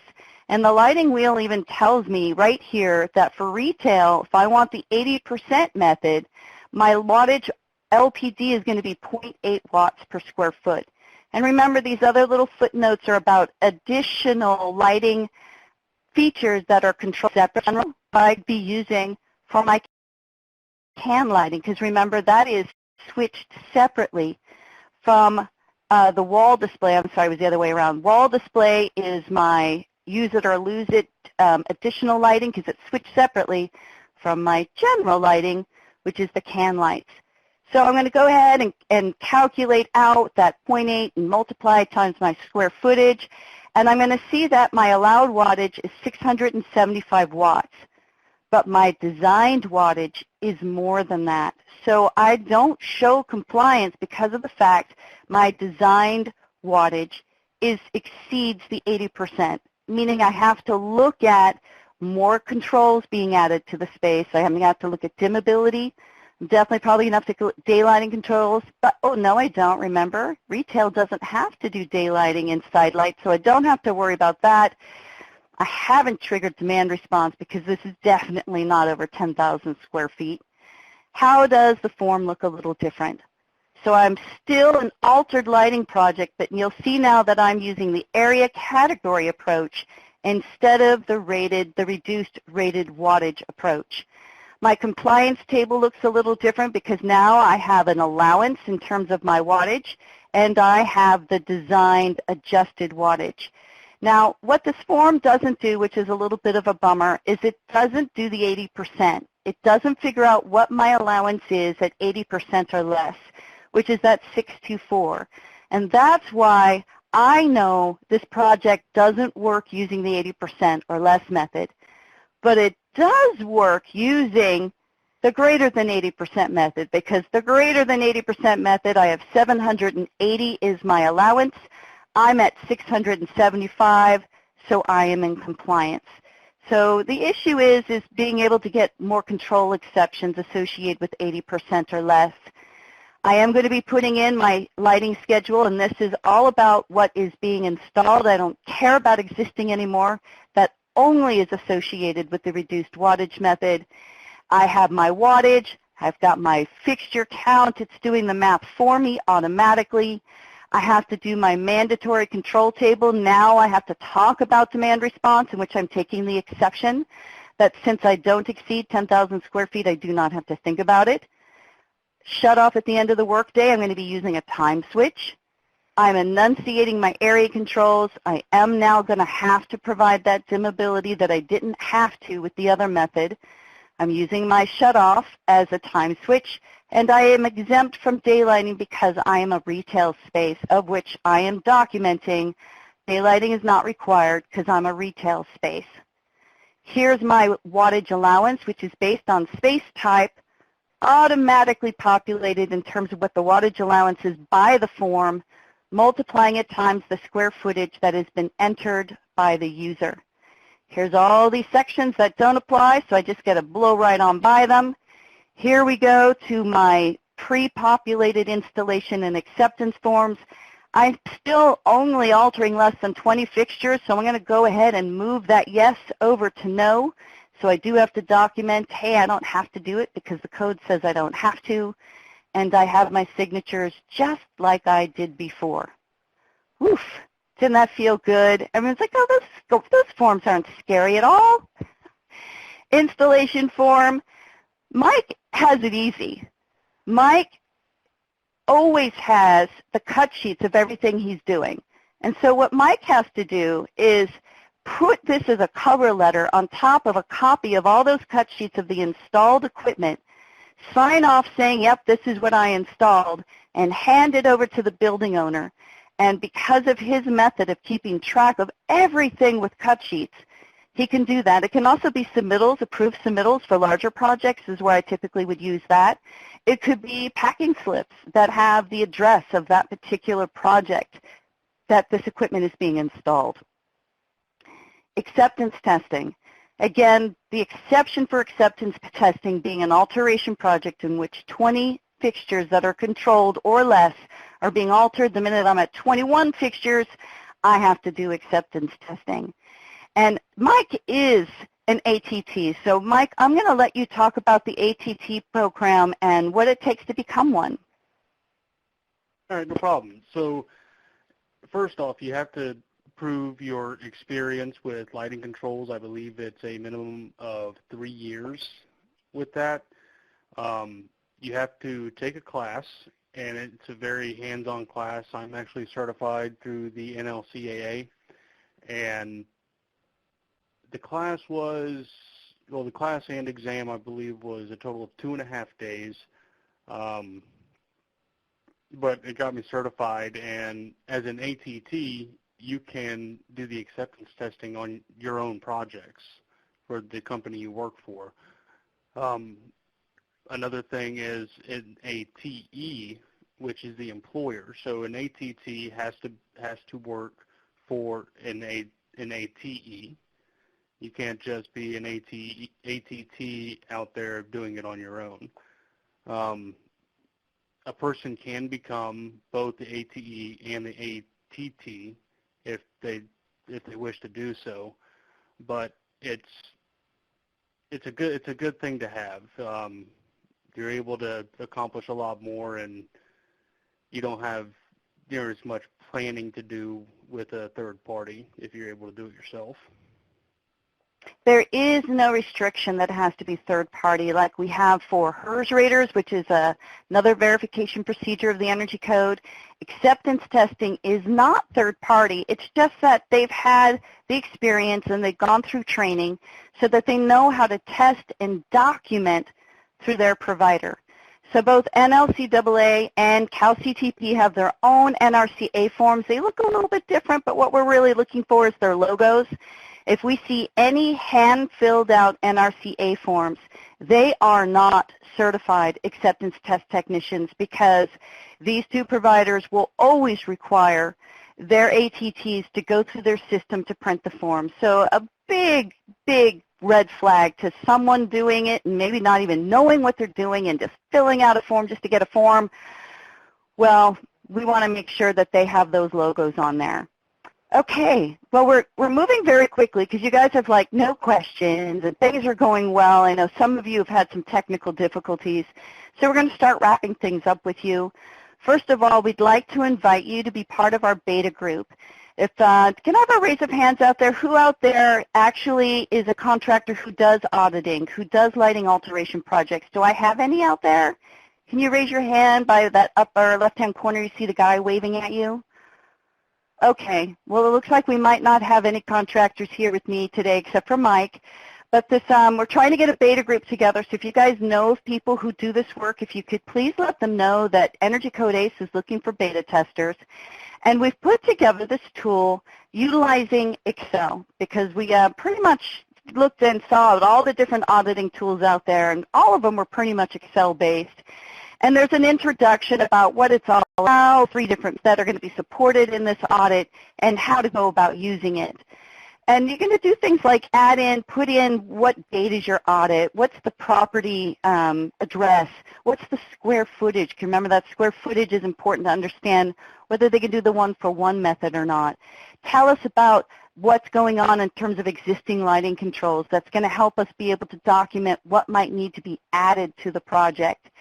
Here's that printable audit form that I already showed you guys, that within this audit tool, people can print as many copies of this as they so desire, so they can go out in the field and do that quick auditing using this tool, that then they come back to the office, and this is where they're going to build out the fixtures that are happening in the space, my retrofit fixtures, existing to remain fixtures, any fixtures that are being added, because we need that information to figure out the installed wattage. We're going to take and input each room in terms of what's the room name, what's the square footage, and then what's the space type. And then integrated with it, within this, is all of the space types supported by the Energy Code, which will then auto-populate the wattage allowances associated with these spaces. It's going to ask about fenestration. It's going to ask about those existing controls that are in the space. It's then going to ask for the fixtures that are in the space to be entered, and these are actually developed from the fixture schedule that was already done in tab 5. So a lot of the things interact and speak to each other so that you don't have to do something more than once to be able to figure out what's going on. And at the end of the day, why you want to use this audit form is for these 2 tabs right here. This tab is all about what is your wattage allowance. So here it's saying, hey, the area category approach, you're able to use that method. Yes, you have successfully done it, and these are all the controls you have to think about, because you were not able to do the reduced area category approach. And down below this is the rated power, is the 1-for-1 40% reduced method. So all those methods are supported within here, and how your project is meeting or beating these requirements. And then it does that all over again for the controls, where you might have some issues with controls, with the shutoff controls, multi-level controls, daylighting controls, and we'll break it down by space type. Your issue here in the office is that you're required to have this partial on or vacancy sensor, and what you input of what they have in the space doesn't meet this requirement. So this needs to be cleaned up and fixed. Thank you for whoever moved my arrow for me. So that you can go back and figure out, it helps you identify what needs to be changed on the project. And then the audit form will also help give you the information with how to then fill out the forms. It will not fill out the form right now. Maybe in a future version it'll fill out the form. Right now it's prepping you so that you know how to do a code compliant project. So if you know anyone who's interested in being part of our beta group, please let us know. Let them know about what we're doing here, because we'd really like to get real feedback. I already got Mike signed up.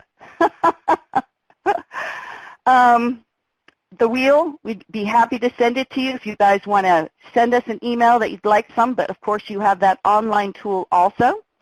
And Daryl is giving the link to who might be interested in being in our beta group. If you know of someone you think it'd be like perfect, send them that link. That's how they can get on our beta group list. There's so many fact sheets that we have at Energy Code ACE I love. The daylighting one, if you need to get up to speed on daylighting, this one's pretty gosh darn good. We have another one that helps people understand some tips and tricks to filling out these new dynamic forms. In fact, we even have YouTube videos and online self-studies about how to fill out these new forms. There's so much on our website to support these compliance forms. We would love to answer your questions. If you can't find an answer yourself, go ahead and submit a question. We answer these pretty gosh darn quickly to make sure that you get the full support that you need in showing compliance or verifying or trying to even just figure out what the Energy Code is all about. And the Energy Commission is also there for you. The hotline, they are not staffing it in the Energy Commission building. They're all working from home. So if you call, you're not going to get a person. You're going to leave a message. And they've told me that actually answering messages is really difficult for them. They'd really like everyone to send them their questions via email to title24@energy.ca.gov, and they are answering them typically within 24 to 48 hours, and then you have a written record. So email is the best way to be getting a hold of the Energy Commission right now. And gosh, while I'm here and I have a little bit of time, I really like to make sure that everyone signs up for the Blueprint. The Blueprint's a quarterly newsletter put out by the Energy Commission, and they answer common questions that happen through the hotline. And it is most amazing. It comes 4 times a year. I eagerly look forward to it every 3 months.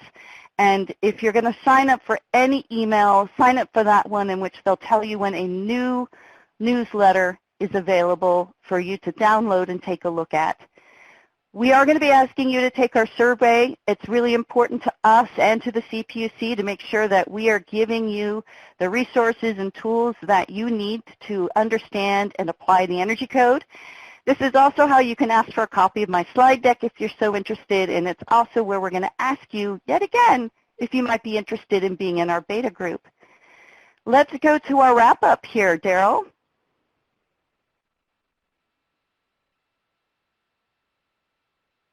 So all of you who are still with me are going to get a certificate of participation. We'll send this to you automatically in about 2 weeks. Give us some time. It's not going to be automatic. It's not going to be tomorrow. It's going to be a couple of weeks, and we'll get that out to you.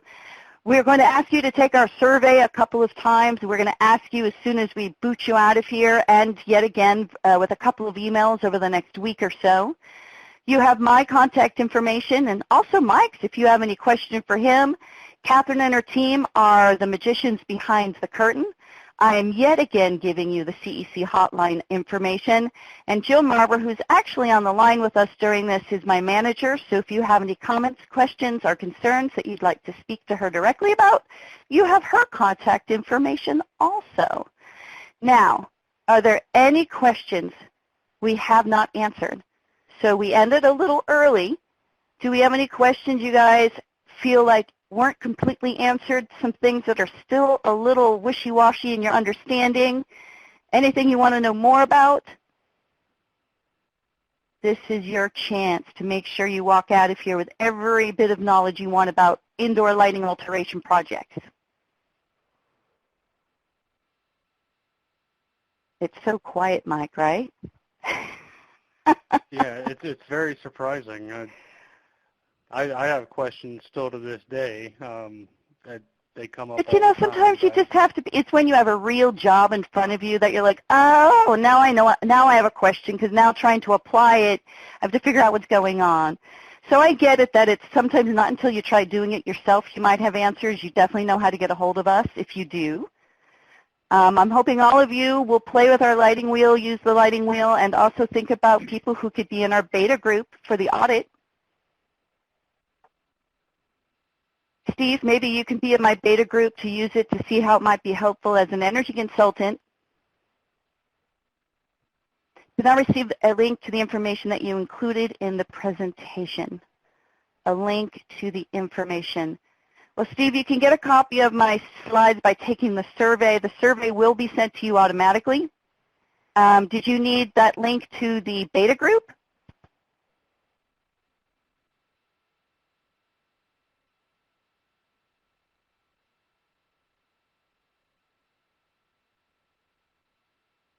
Well, Mike, I want to thank you again for ending the day with us. I know it's a couple hours later for you there in Florida, and I will see you tomorrow morning.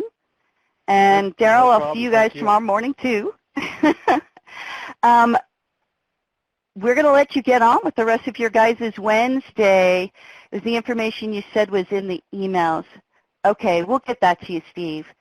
So thank you guys so much for being here today. We're going to kick you out of here, which will send you to our survey. Thank you so much for being here with us. All right. Thank you, Gina.